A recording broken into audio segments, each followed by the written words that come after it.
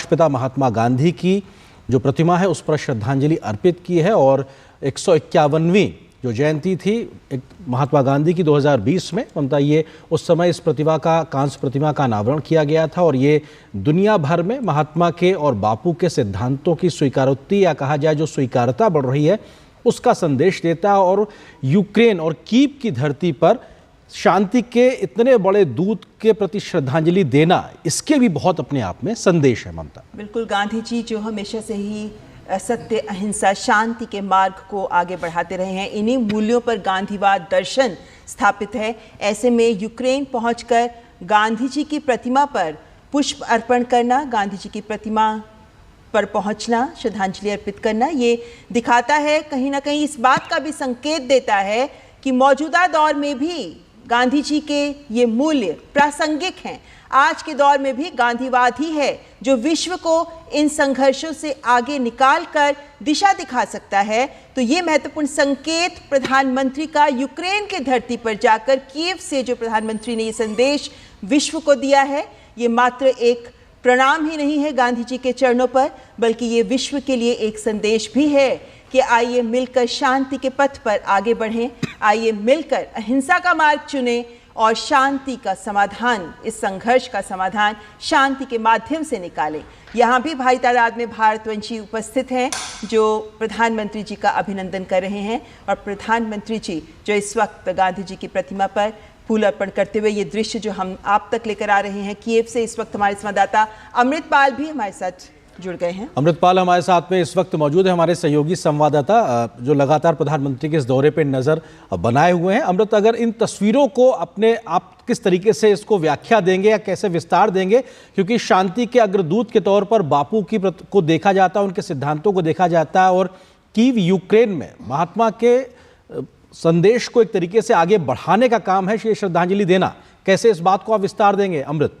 देखिए, दो एस्पेक्ट्स हैं इसके। जब भारत के प्रधानमंत्री किसी भी मुल्क में जाते हैं और महात्मा गांधी का अगर वहाँ एक स्टैचू है तो वो एक फ्लोरल ट्रिब्यूट्स देते हैं भारतीय समुदाय से मिले वहाँ जो गांधी जी के स्टैचू से, क्योंकि गांधी जी एक भारत की जो वैल्यूज हैं, जिस तरह की बात भारत एक लास्टिंग पीस की करता है, तो उसके एक सिंबल थे। दूसरी बात, आज के वक्त में महात्मा गांधी के मैसेज की जो रेलेवेंस है वो ये एक सिंबॉलिक संकेत है कि महात्मा गांधी जब अपनी एंटी कॉलोनियल स्ट्रगल के दौरान कहते थे कि आप इन समस्याओं का हल हिंसा से नहीं ढूंढ सकते, तो प्रधानमंत्री भारत का ये जो लॉन्ग स्टेटेड स्टैंड है कि आप इसको, ये जो कॉन्फ्लिक्ट चल रहा है या युद्ध चल रहा है, इसका सोल्यूशन या इसका हल आप डायलॉग और डिप्लोमेसी से ढूंढ पाएंगे, आप बातचीत से ढूंढ पाएंगे, आप जंग के मैदान पर उसका सोल्यूशन या उसका हल नहीं ढूंढ पाएंगे। तो मेरा ख्याल है कि प्रधानमंत्री का ये दौरा के गांधी जी के स्टैचू पर या बस पर ये फूल अर्पण करना और होमेज पे करना सांकेतिक भी है। और दूसरी बात, क्योंकि पहली बार भारत के प्रधानमंत्री यूक्रेन में गए हैं जब से यूक्रेन को आज़ादी मिली है 1991 से, तो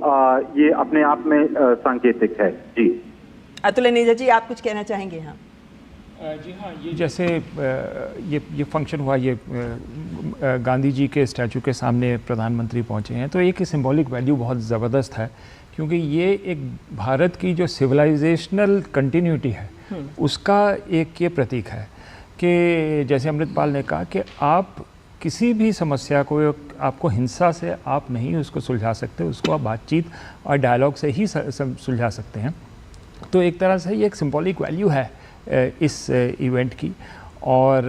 बाकी जो जैसे मैंने कहा कि ये कंटिन्यूटी है भारत की डिप्लोमेसी की, हम कहते हैं वसुधैव कुटुंबकम, उसका एक बिल्कुल एक तरह से ज़मीन पे उसको डॉक्ट्रिन को उतारा जा रहा है अब कि आप जो है वर्ल्ड इज़ वन फैमिली, तो आप सबको मिलके ही जो पोस्ट कोविड सिचुएशन आई है, जिस तरह की विश्व की स्थिति है, इसको पीस और हार्मनी और कोऑपरेशन से ही आप आगे ले जा सकते हैं। लेकिन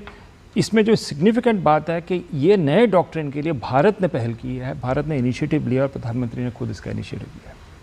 बिल्कुल, और ये बेहद महत्वपूर्ण तस्वीरें और प्रधानमंत्री का कीव में महात्मा के स्टैचू पे पुष्पांजलि अर्पित करना, ये दिखाता है कि शांति के अग्रदूत के तौर पर उनके सिद्धांतों पे आज भी भारत लगातार आगे बढ़ रहा है। हमारे सहयोगी अमृतपाल सिंह लगातार हमारे साथ बने हुए। अमृत, किस तरीके से आप इस